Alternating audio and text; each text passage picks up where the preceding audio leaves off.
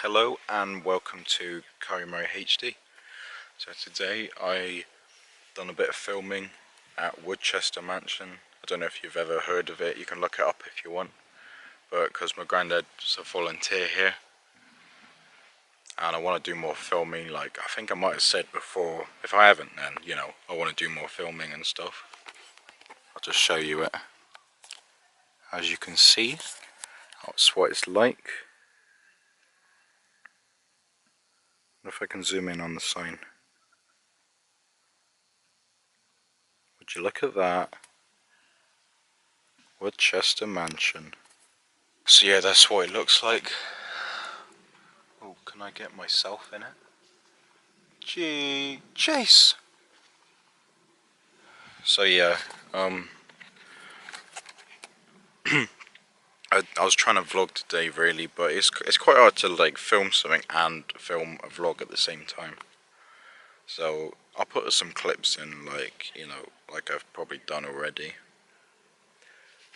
of the thing, but basically yeah, I want to start my own like business sort of thing where I can like film music videos for people, you know, adverts and stuff. I'll put this is my website that I'll put going through now. You can check it out. It's got previous work that I've done that you may have seen, may not have. So yeah, like if you know someone or if you are someone that wants to have a music video filmed or an advert for your shop, then holler at the website, you know, send me an email and we can get to work and that.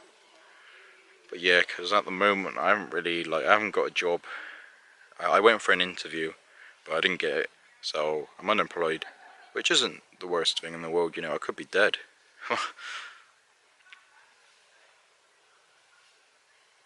Thought I could hear someone, but yeah, so I'm just trying to do, like, you know, fill my time up with stuff to do in between getting a job. Also make my portfolio look bigger and that. So yeah, check it out. Also, I want to do another video. I got 2 pumpkins that I carved. Well, I carved one of them. If you remember last year, I smashed the pumpkins. This year I want to try shanking them up in slow motion.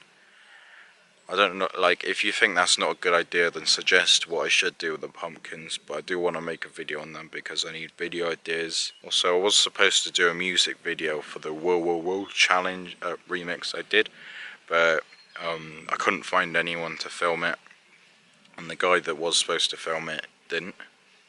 Not going to get into that, but, you know, he just didn't. So yeah, don't know what else to say really. There might be a music video coming, I don't know, depends on if I can find someone to film it. If not, then I guess no. But the song's out anyway, regardless. So yeah, check it out, and I'll see you in the next one. I'll put the actual video I did in this after this clip, so yeah, goodbye.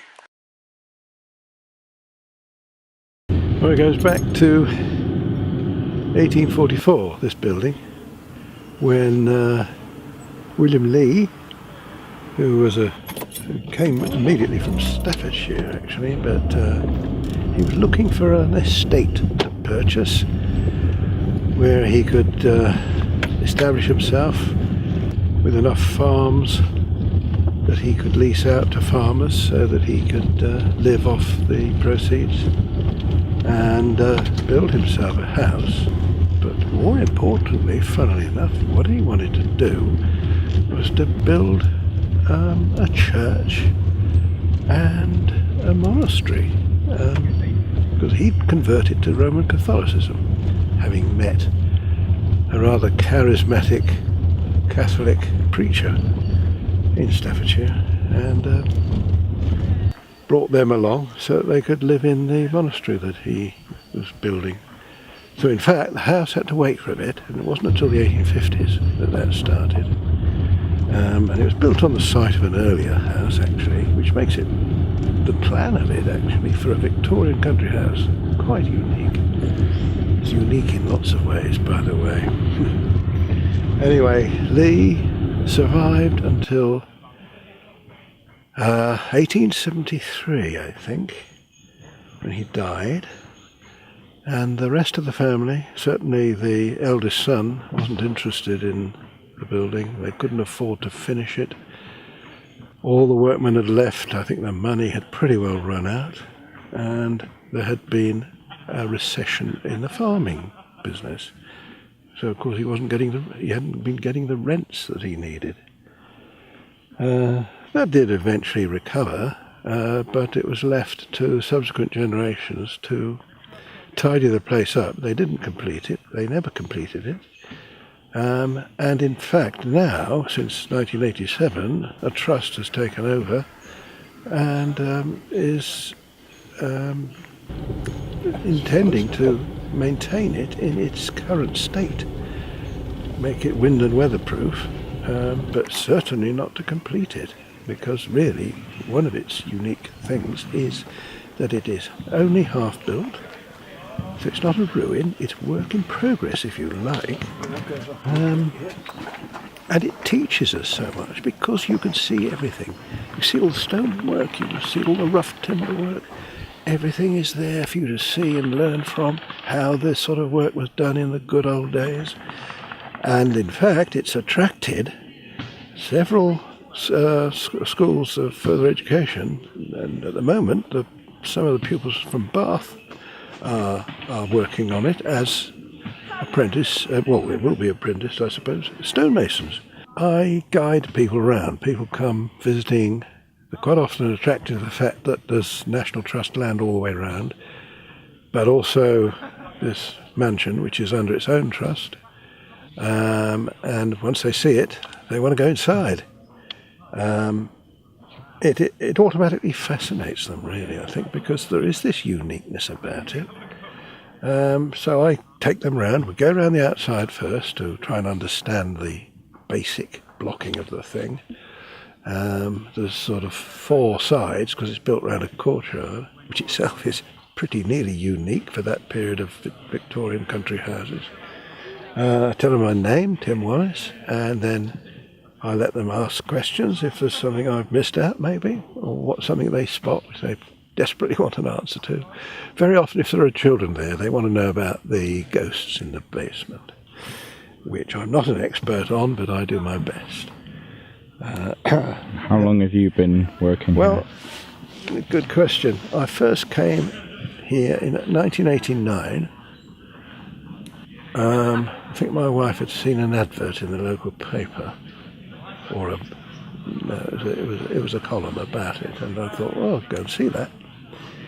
And I fell for the place, really. I thought, gosh, I'll never see anything like this again. And I suppose really it was this fact that it was not completed, and yet it was still very, very attractive. And why should people come here? Well, for those reasons, I think it is unique. It tells you, it educates you.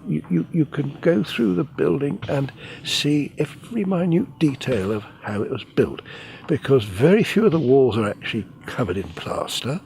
So you can see all the stonework, all the brickwork. You can more or less trace every footfall of the previous builders.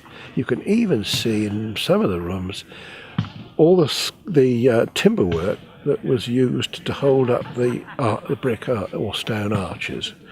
and they're still there from the day, somewhere in the 1870s, when the last workman downed tools and decided he would get more money somewhere else. Because I think the family's funds were getting low. In fact, the son, William Lee Jr., couldn't afford to finish the place off, and he couldn't even afford to demolish any of it. That was a possibility. So thank goodness, really, because here we have the result.